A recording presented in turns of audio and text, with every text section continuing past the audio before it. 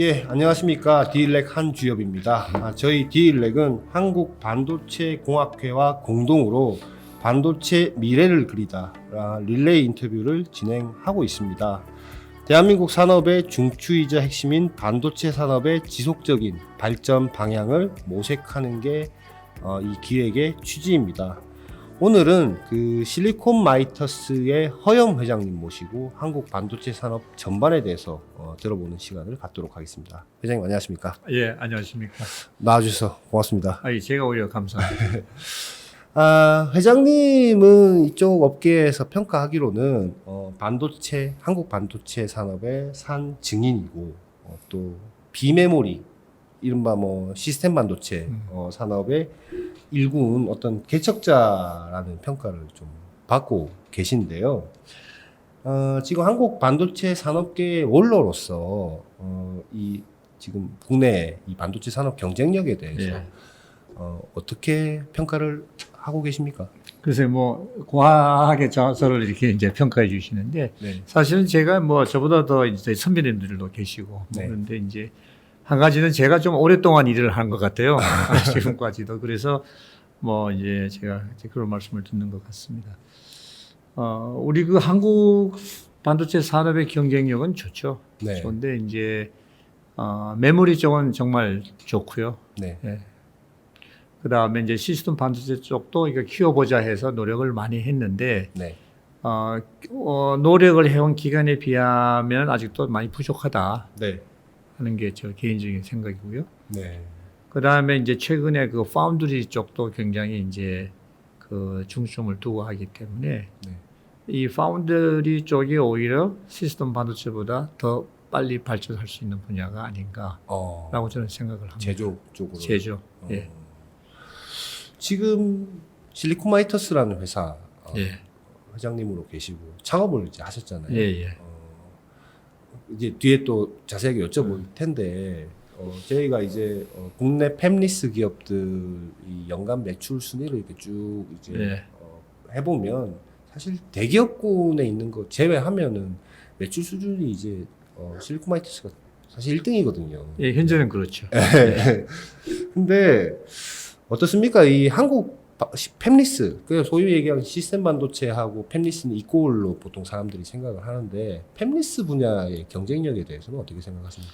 글쎄요, 이제 그게 우리 문제죠. 네. 예를 들면은 우리가 대만과 비교해 볼 때 대만은 팹리스들이 벌써 세계적인 팹리스들이 뭐 쭉 네. 생겨 있죠. 이런 네. 미디아텍이라든지 그 다음에 또 뭐 디스플레이도 노바텍이라든지 노바텍. 이제 각 분야마다 네. 각 분야마다 그 리딩하는 업체들이 있습니다. 근데 이제 그것에 반해 가지고 우리나라에는 그렇지가 못해요. 그 사실은 실리콘 마이터스가 하는 제품은 PMIC라고 그래서 네. 우리가 시스템을 구성할 때에 네. 그 주가 되는 제품이 아닙니다. 주는 주로 이제 SOC나 네. 이런 쪽이고 네. 저희는 이제 그것을 이렇게 이제 전력적인 측면에서 보완해주고 역할을 해주는 이제 부에 해당되죠. 네. 그래서 이제 우리나라에도 이 줄을 하는 패브리스가 좀 이렇게 있으면은 이제 좀 우뚝우뚝 솟을 수가 있는데 그런 면에서 이제 미디아텍은 뭐 아시다시피 AP 쪽에 지금 세계 랭킹 1, 2가 현재 되고 있죠. 네. 퀄컴이 잘하지만 또 그 사이 많이 크고 그래서 그 점에서 굉장히 좀 저는 애석하게 생각합니다. 아니 근데 그 사실 SOC를 네. 하려면 그러니까 뭐 어떨지는 모르겠지만 최근에 뭐 스타트업들이 이제 많이 생겨나고 있고 예. 뭐 SOC보다는 주로 이제 뭐 NPU 쪽, AI 쪽이 좀 많은 것 같아요. 규모 있게 펀딩 받는 기업들을 보면. 근데 SOC 쪽은 이제 뭔가 새로 창업하기는 약간 좀 어려운 거 아니에요? 그렇죠. 예. 네, 왜냐하면 이제 규모의 경제가 너무 커지고 네. 예를 들면 뭐 7나노 네. 뭐 10나노미터 밑에 이제 파운드리 한번 하려면은 벌써 초기 투자가 크기 때문에 이제 네. 어렵죠. 음. 그렇기 때문에 이제 소위 말해서 라직 베이스 그 프로세서 칩들은 힘들다. 근데 AI도 사실은 쉽지가 않아요. 왜냐하면 SOC라는 게 이제 프로세서를 중심으로 네.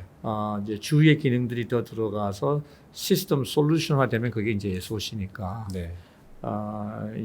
네, 이쪽은 이제 우리가 이제 어떻게 해야 될까가 좀 생각을 많이 해본데 네. 이미 지금은 이제 규모의 경제가 이제 커졌기 때문에 사실 네. 그 전에 들어와서 커져 있어야 이제 해볼 수 있는 게 되죠. 그래서 우리나라에서 제대로 해볼 수 있는 게 몇 가지 있었어요. 사실은 그 스마트폰용 AP도 찾을 수 있는 기회가 있었고, 네. 그 다음에 특히 디지털 TV 네. SOC는 DTV요. 전 세계에서 우리나라에서 옛날에 뭐 삼성, 현대, LG가 네. 제일 처음으로 개발을 했거든요. 제가 네. 현대 시스템 반도체 그거 맡고 있을 때 네. 그때 산유에서 와서 가져가고 그랬어요. 예. 근데 문제는 이게 이제 우리 산업의 구조 때문에 그런 것 같아요. 그러니까 대만은 이제 산업의 구조가 이 대기업 중심이 아니고 네. 사실 중소 중견기업 중심으로 되면서 이제 강력한 파운드리가 있어서 서로 이제 공생 관계에 있는 거죠. 네. 예를 들면 TSMC 같은 경우는 주 고객이 미국에 있는 패브리스지만 네. 동시에 대만에 있는 패브리스를 또 파트너로 생각을 해가지고 이제 같이 이렇게 성장을 해온 겁니다. 그래서 네. 그 호리존탈리 연결되면서 이제 시너지를 내고 네. 그런데 이제 대만은 또 그런데 시스템 회사는 상당히 좀 베이스가 약하잖아요. 그렇지만 이 사람 중국을 자기네들 시스템 회사의 베이스를 가진 거죠. 네. 시장과 그래서 이제 그 큰 시장 거기는 시스템 회사들 자기네들의 그 호리존탈 스트럭처를 활용하면서 이렇게 올라온 거죠. 네. 그러니까 이제 얘네들은 뭐 고객이나 이런 게 특정으로 이렇게 온라인 되는 게 아니고 서로 이 오픈 마켓에서 이렇게 자유 경쟁하면서 올라온 거란 말이죠. 협력하고. 그렇죠. 네. 제가 보기에는요. 네. 근데 이제 한국은 뭐냐 하면은 옛날부터 삼성, 네. 뭐 LG, 네. 뭐 주로 이렇게 돼 있잖아요. 네. 그러니까 또 각각 그 안에는 자체의 반도체 사업부가 있어서 있죠. 뭐 안에서 다 하고 이렇게 하다 보니까 제일 아까운 게 그거죠. 뭐 우리 디지털 TV 같은 것도 지금 미디어텍이 모닝스타, 인수해서. M스타 네. 인수해서 뭐 엄청 지금 하고 있는데 심지어는 한국의 우리 TV 회사들도 M스타 걸 많이 써요. 사오잖아요. 네, 네. 사서 많이 씁니다. 네. 우리는 이제 그 LG는 LG 안에서 해서 쓰겠다. 삼성은 삼성 안에서 쓰겠다.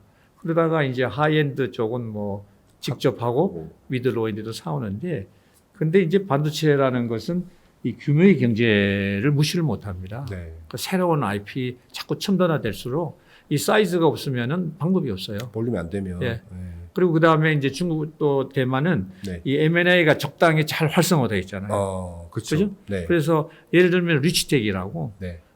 저희 실리콘 마이터스보다는 한 4, 5년 전에 먼저 생겼어요. 그래요. 그래서 업종이 좀 그래서 상당히 우리가 경쟁을 하고 있었는데 네. 이제 미디어텍이 그걸 샀어요. 왜냐하면 인수해버렸어요. 미디어텍이 PMI 이익을 하기는 하는데 영시원찮아요. 그래서 제가 과거에 미디어텍이랑 협력 관계를 만들어 보려고 여러 번 그 NQ 차이를 제가 또 개인적으로도 아니까 네. 가서 해서 있었는데 어느 날 걔네들이 그걸 사고 나서 이 리치텍이 엄청 커졌어요. 왜냐하면은 이제 번들링 해가지고 플랫폼을 팔 때 다 같이 넣어가니까. SOC 옆에 붙여가지고. 예, 그렇게 해서 이렇게 하는 거죠. 네. 그러니까 이제 그렇게 해서 거기는 많이 발전을 했는데 우리는 발전할 수 있는 기회가 사실 또 대기업이 우리가 있었기 때문에 네. 덕분에 또 메모리나 이런 것들은 잘 발전할 수 있었는데 네. 시스템 반도체 쪽은 좀 안타까운 현실이 있다. 이제 좀 그런 거죠. 정부로 따지면 이제 부가 많은데 예. 정이 그러니까 주요한 SOC를 하는 국내 파트너가 조금 없죠. 그래서 사실은 제가 이 말은 네. 우리가 뭐 대기업 때문에 못 됐다 그 얘기를 하는 게 아니고 네. 우리의 에코시스템이 조금 이 패블리스들이 발전하는 데는 좀 쉽지 않았다. 네. 근데 이게 또 패블리스의 문제도 있어요. 그래요? 왜냐면 필립스가 내 제품이 독창적인 많이 했으면은 네. 뭐 그런 많이 팔죠. 그렇죠. 예. 네. 그 원인은 이제 자신에서 찾아야 된다 하는 게 제 생각인데 네. 이제 또 그런 것에 그렇게 하려면은 또 그 처음에 실력들도 빵빵하고 그렇죠. 또 좋은 그 차별화를 할 수 있는 아이디어들도 내고 이런 것들이 있어야 되는데 네. 사실 또 미투가 많았죠. 미투가 남들 하는 거 많았어요. 같이 예, 똑같이 예. 하고 뭐 그래서 이런. 이제 좀 제도를 올려갈 수 있는 네. 기회를 잘 만들기가 힘들었다. 대표님 회장님 보시기에 어떻습니까? 지금 뒤에 다시 이제 어차피 말씀 나온 김에 이제 뒤 질문을 좀 다시 넘어가 보면 삼성에도 계셨고 예. 현대전자, 예, 예. 그 뒤에 하이닉스 반도체까지 하이닉스죠. 그리고 LG랑 이제 합병을 한 걸 제가 네. 맡아서 했죠. 하셨고 예. 그 뒤에 매그나칩 예, 예. 계셨고 뭐 하셨는데 계시다가 이제 나중에 55세 때 네. 일가기 창업을 하셨단 네. 말이에요. 그때 창업할 때는 환경이 어땠습니까? 글쎄요. 제가 그 55세에 창업은 했는데 저는 그때 뭐 나이 먹었다고 전혀 생각을 안 네. 했습니다. 갈 길이 창창하니까 네. 뭔가를 해야겠다. 네. 해야겠다 했는데 이제 두 가지죠. 다시 뭐 어디 그 회사에 뭐 사장 자리 해서 가든지.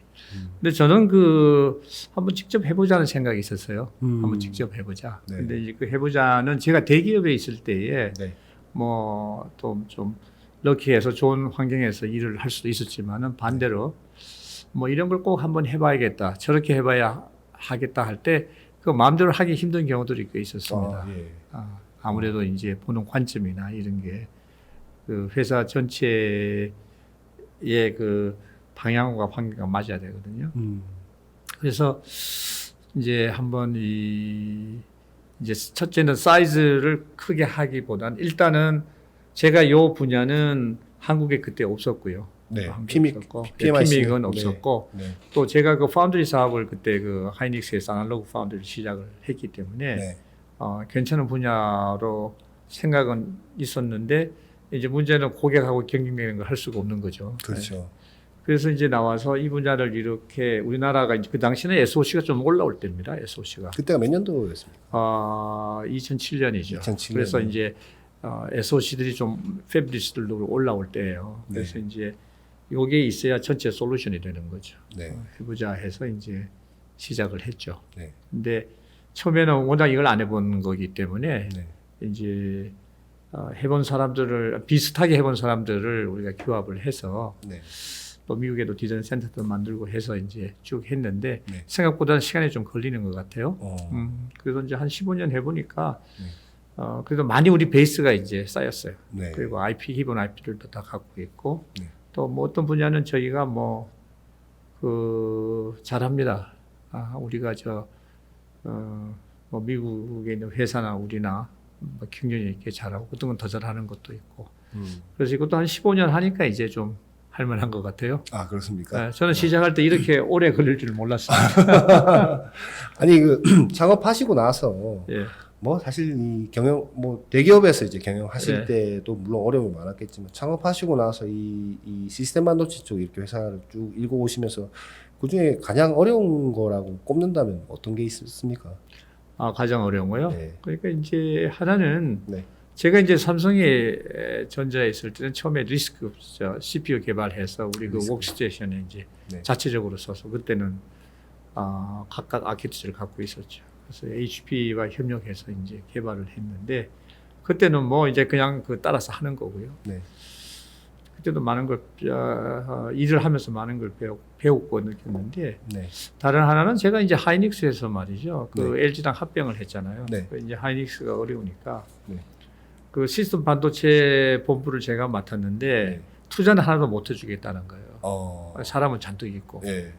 그래서 이제 그 쓰지 못하는 메모리팩 8인치, 6인치를 달라고 그랬어요. 이제 그걸 받아서 그걸로 우리가 그 아날로그 스페셜티 파운드리 비즈니스를 시작을 처음으로 했습니다. 그게 몇 년도였습니까? 그게 이제 2000년이죠. 2000년이요. 예, 2000년. 합병하고 나서. 예, 합병 나왔어요. 예, 그래서 그거랑 이제 그 다음에 한 몇 가지 이렇게 포커스 했어요. 그걸로 이제 그 당시에 한 2억 불 정도 되는 매출인데 2억 불이요. 예. 당시에. 예, 그 4년 뒤에 그 한 1빌리언 달러 올렸거든요. 5배나. 예, 그래서 그게 그 모델이 굉장히 성공적이었어요.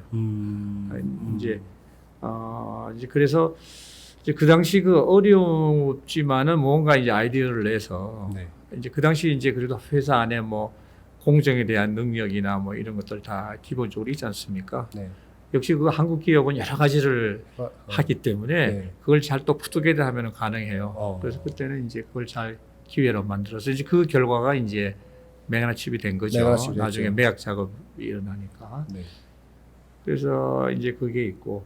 아니 M8 뭐 이런 지금 중국으로 간 시스템 IC SK 하이닉스 시스템 IC인가요? 예. 법인 이름이? 그것도 거기서 아니요, 그곳은 그 당시 메모리 팹이었죠. 그건 메모리 예, 팹이었고. 그 당시는 뭐 아주 앞서가는 그래요. 8인치 메모리 팹이었습니다. 우리는 이제 지금 키 파운드리가 갖고 키 있는 거. 파운드리가 갖고 예, 있는 그걸 이제 우리가 다 파운드리로 이제 메모리 팹을 파운드리로 교체했어요. 그런데 그 메모리 팹을 파운드리로 교체하는 게 쉽지 않았어요. 뭐 일본 회사들도 그거 제대로 안 되고 네. 그 당시 인피니언이 이제 네. 그걸 트라이 했는데 안 됐어요. 네. 그래서 우리가 그걸 잘 해서 네. 이제 그렇게 하면서 이제 우리가 그 아날로그나 뭐 제가 이제 이쪽을 접하게 된 거죠. 그때 이제 접하셨군요. 그리고 예. 이제 이 실리콘 바이터스는 뭐 스크래치에서 이제 몇 명이 모여서 시작을 한 거니까 네. 그건 뭐 여러 가지 위기가 있었죠. 지금 음. 이제 올라오는 동안에. 네. 네. 지금 실리콘 마이터스는 말씀해 주셨던 그 PMIC 분야에서 뛰어난 경쟁력을 갖고 있는 것으로 업계에선 평가하고 그게 이제 뭐 여러 가지 지표라든지 이런 거에서 네. 나타났는데 작년에 연매출 3,300억, 당기 순이익이 606억 원. 이 정도 실적이면은 이 지금 작년 매출이 역대 최대 매출 아닙니까? 그렇죠. 네. 이게 지금 이렇게 계속 성장을 해온 게 사실 이게 뭐 비결이 뭐냐 이렇게 물어보면 한마디로 말씀하시기는 네. 되게 어려울 것 같은데 이 결국은 이제 또 사람에 대한 얘기를 안 그쵸. 할 수가 없고 또 실리콘 마이터스 같은 경우에는 밖에서 봤을 때는 그러니까 뭐 안에 안 들어가 있는데 밖에서 이제 얘기를 하는 거는 성과 보상 제도가 예. 굉장히 잘 되어 있다라고 예. 얘기를 하는데 좀 소개를 좀 예. 해주시면.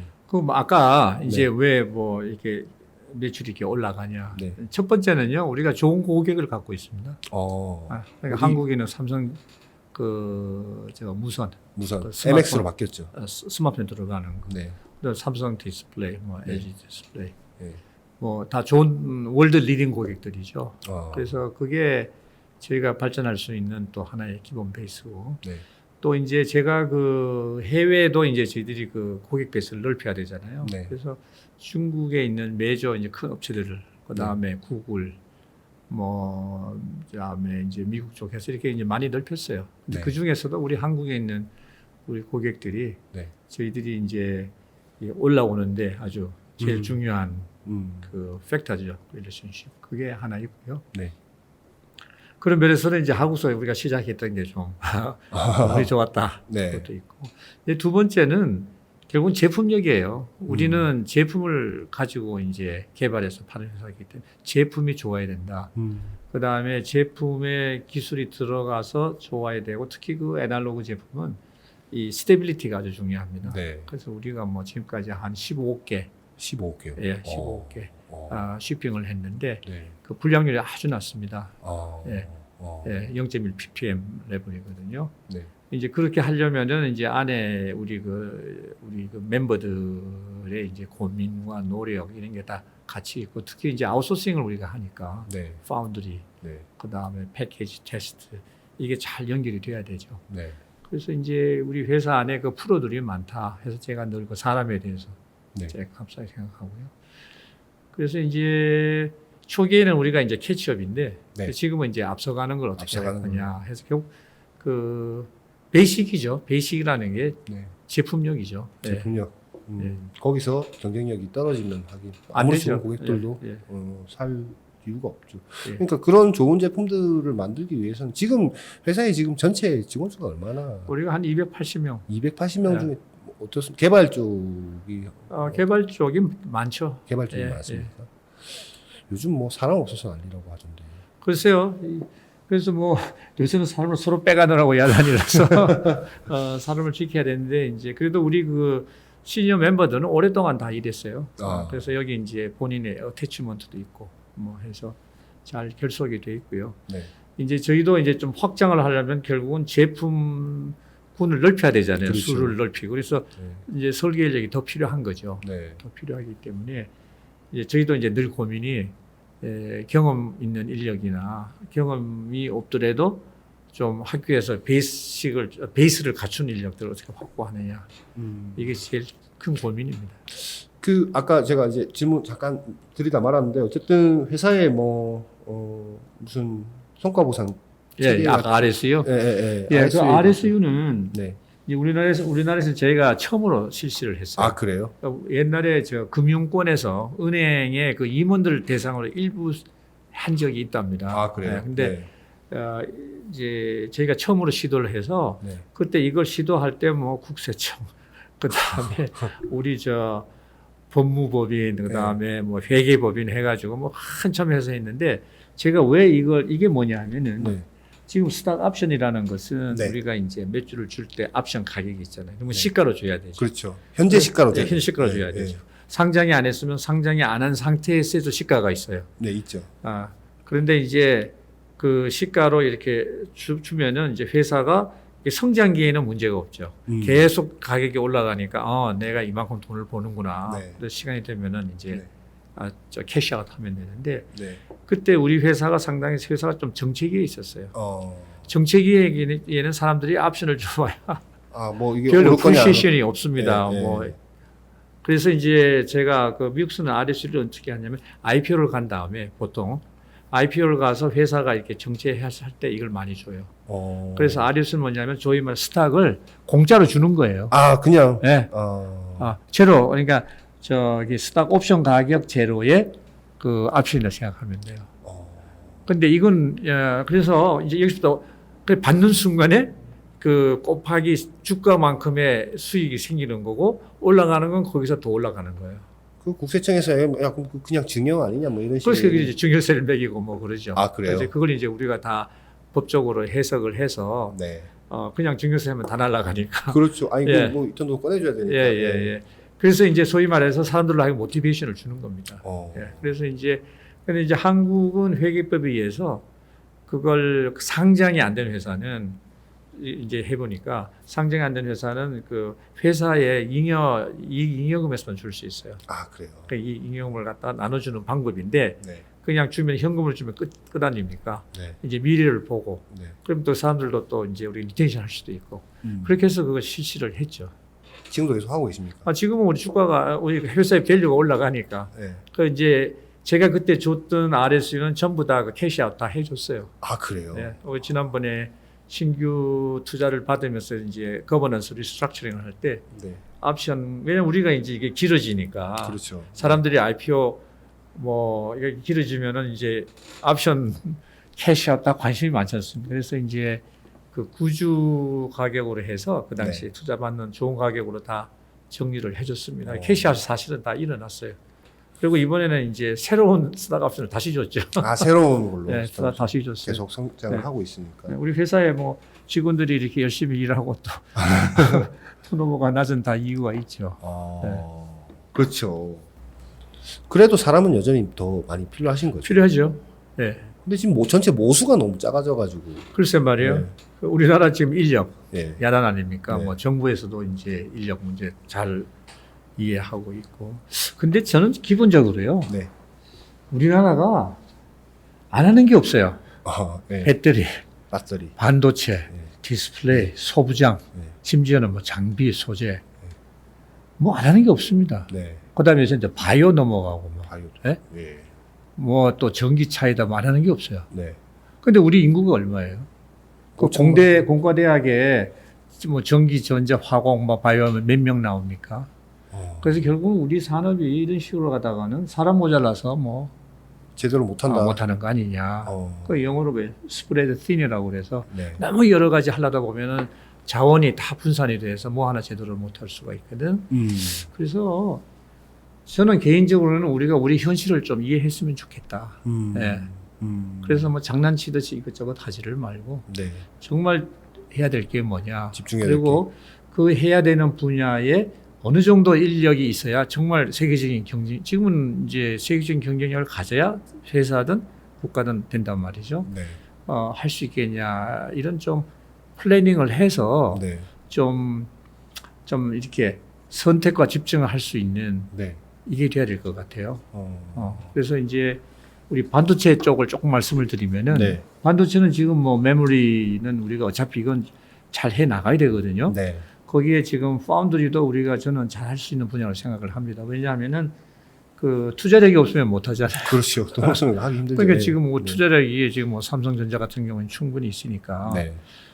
정말 이거는 잘할 수, 또 제조기 때문에 네. 잘할 수 있는 분야인데 이게 또 그냥 제조가 아니잖아요. 네. 정말 하이텍 제조잖아요. 네. 그래서 이건 잘할 수 있는 분야인데 시간만 좀 더 가지면 잘할 수 있는 분야 생각하고요. 네. 이제 시스템 반도체에서 우리가 무엇을 어떻게 해야 될 거냐. 네. 꼭 해야 되는 건 줄기차게 해야죠. 그렇죠. 네.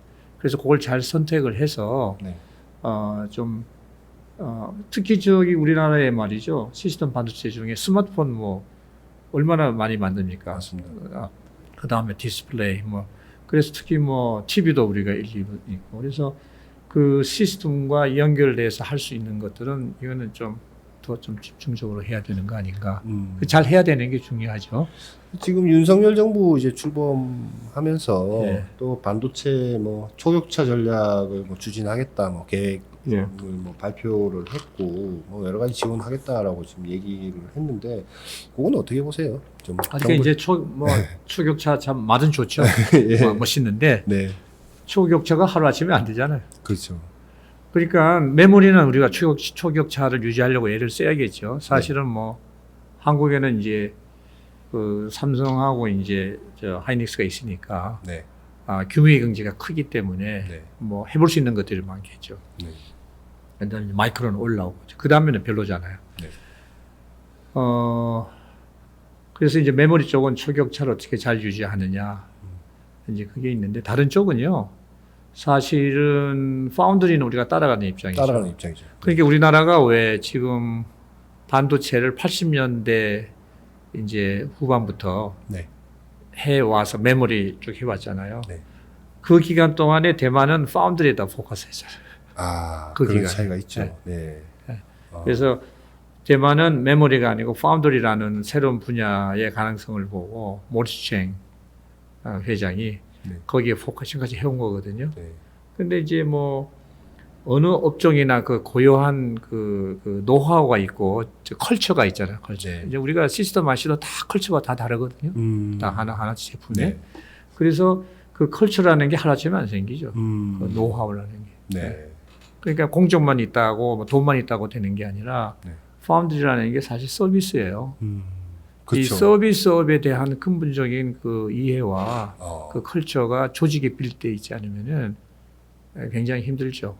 제가 옛날에 그 하이닉스에서 그 메모리 팹을 저기 파운드리용 시스템 반도체 파운드리 팹으로 컨버전 할 때 네. 인피니언이 그게 안 된 게 저 인피니언 그 저기 뭐 본부장에서 하는 얘기가 컬처를 못 바꿨다는 거예요.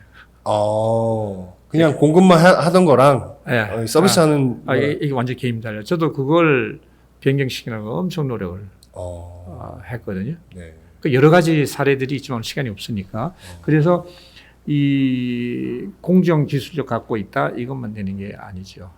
그리고 저 TSMC 같은 경우는 보십시오. 처음에 이거 저 공정 가지고 서비스. 그래서 이제 파운드리라는 거는 공정이 상품이고 그걸로 서비스해 주는 거거든. 서비스 정신이 또 떨어지면 고객 기분 나빠. 그런데 이제 그걸 하고 그 다음에 이제 해서 이제 저 GUC죠. 네. 디자인 서비스를 해서 누가 아키텍처 갖고 오면은 칩을 다 설계를 해준다고. 그래서 솔루션으로 가는 거죠. 그 다음에 이제 백엔드가 중요해지니까 그 멀티대 백엔드 패키징까지 해서 솔루션으로 이렇게 나가는 거죠. 그 요새는 트렌드가 다 솔루션이잖아요. 네. 그 인텔도 저기 뭐 인텔도 소프트웨어 회사를 사서 솔루션화 하겠다는 거 아닙니까? 네.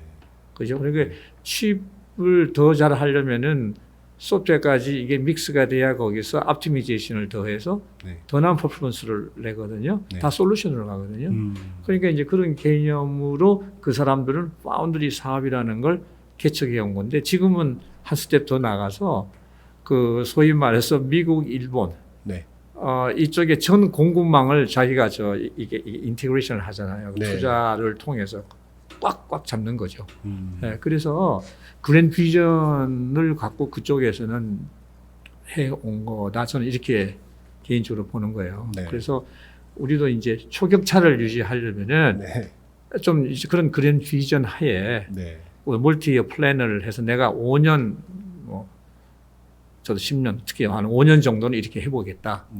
그게 돼야 되는 거 아니냐. 그래서 말은 초격차 쉬운데 이 정말 이걸 잘 하려면은 그 좀 치밀한 계획을 세워서 구체적인 중요한 거는요. 꾸준히 해야 돼요. 음. 꾸준히. 음. 제가 그 인력 아까 말씀하셨잖아요. 네. 인력이 왜 이렇게 문제 있냐? 반도체 인력이 왜 이렇게 문제 있냐? 우리가 꾸준하게 안 했어요. 중간에 잠깐 끊겼던 적이 예, 있습니까? 예. 어. 그 반도체 인력을 말씀하시니까 제가 나온 김에 말씀드릴게요. 네. 저는 지난번에 정부에서도 뭐 인력 문제가 있어서 가서 제가 설명을 한 적이 있는데 인력 양성은 전문 인력 양성은 이 파이프라인하고 같습니다. 학교에서 이제 공부하고 네. 또 뭐 대학원 연구실에서 칩도 설계하고 보고. 배우고 네. 또 애들 나오면은 학생들 졸업생들이 나오면은 애들이 아니지 졸업생들이 네. 나오면은 이제 회사 와서 그 레벨에 따라서 배우고 또 이렇게 하면 다 배우는 과정이죠. 네. 그게 하나의 파이프라인이죠. 이게 하루에 되는 게 아니라 여러 해를 거쳐서 우리 같은 경우는 학교 졸업하고 한 10년이 돼야 제대로 설계하거든요. 네. 그래서 이렇게 파이프라인이 되기 때문에 계속 들어와야 시간이 계속 나오는데 이게 정권에 따라 가지고 이게 끊어져 버려요. 시스템 반도체 2010 뭐 잘 좋았죠. 그 다음에 또 한 번 더 하다가 그 다음에는 뭐 너무 했으니까 할 필요 없다 해가지고 그러다가 또 뭐 한 과거 정권에서 AI가 바둑판에서 AI가 한 번 뜨니까 네. 모든 돈이 AI로 나가 버린 거야. 그리고 또 바이오가 뜨니까 바이오로 나가는 거예요. 제가 제일 한심한 게 네. 제가 잘 아는 유능한 SOC 쪽 분야 설계 분야 교수가 네. 프로젝트가 없어가지고 바이오 쪽에 붙어가지고 뭘 과제를 한단 말이에요. 저한테 와서 그래요. 네. 그럼 이때 학생이 어떻게 되겠습니까? 바이오 하죠. 네. 그래서 이게 이 파이프라인이 한번 망가지면요. 네. 그거 다시 채워서 나오는데 한 10년 걸리겠는데요. 4, 5년 빠르면 4-5년 빠르면 4-5년. 10년. 또 더구나 이제 교수들이 떠나잖아요. 그렇죠. 그래서 우리 잘 나가던 생태계가 참 그 위험한 게 이건 여러 생각 있는 분들이 하시는 겁니다. 이건 잘하니까 회사 니들이 알아서 다 해라. 뭐 우리는 새로운 이런 거 할 그게 아니고 이제 반도체는 기간 산업이잖아요. 네. 한국의 기간 산업이면은 국가가 해야 될 일이 있고 기업체가 해야 될 일이 있어요. 네. 저는 국가가 괜히 뭐 기업체에 뭐 과제하라고 돈 주고 하는 거 네. 그 돈 아깝다는 거죠. 차라리 그 돈 있으면은 대학교 학교에. 연구실에 교수님들한테 주라 이거죠. 그럼 학생들 데리고 집에라도 설계하고 연구하고 하면은 네. 그죠? 맞아요. 그리고 그렇게 해서 사람을 기르는데 페이퍼가 이상한 페이퍼 하면 뭐 합니까? 그러니까 그 노력도 인정을 해주고 네. 이렇게 해서 사람을 키우고 생태계를 조성하고요. 특히 그 규제 없애게 하고. 소부장 쪽에 있는 회사들은요, 그 화관법인가 뭐. 그렇죠. 예. 공장 설립하기 되게. 야, 이거 야당 뭐 국회의원들이 말이지. 네.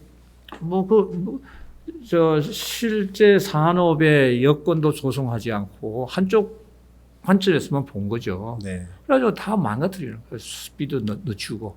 그래서 국가가 해야 될 일은 생태계를 잘 해주고 규제 줄여서 뛸 수 있게 해주고 세금을 가지고 쓸 때는 네. 필요한 곳에 적절히 써야 된다는 거죠. 네.